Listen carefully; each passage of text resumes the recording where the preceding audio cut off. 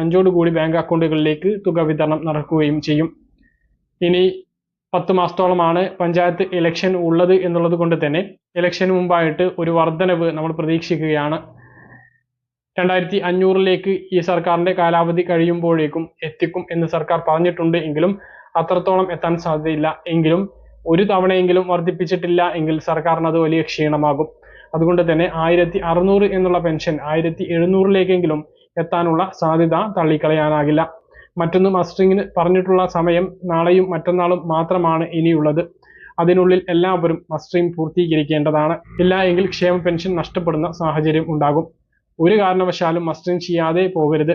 എല്ലാ മാസവും 1-ാം തീയതി മുതൽ 20-ാം തീയതി വരെ അക്ഷയ കേന്ദ്രങ്ങളിലൂടെ പെൻഷൻ മസ്റ്ററിംഗ് നടക്കും എങ്കിലും ഓരോ മാസം വൈകും തോറും അതാത് മാസത്തെ പെൻഷൻ മുടങ്ങുന്ന സാഹചര്യം ഉണ്ടാകും എന്നുള്ള കാര്യം കൂടി ഓർമ്മിപ്പിക്കുകയാണ്.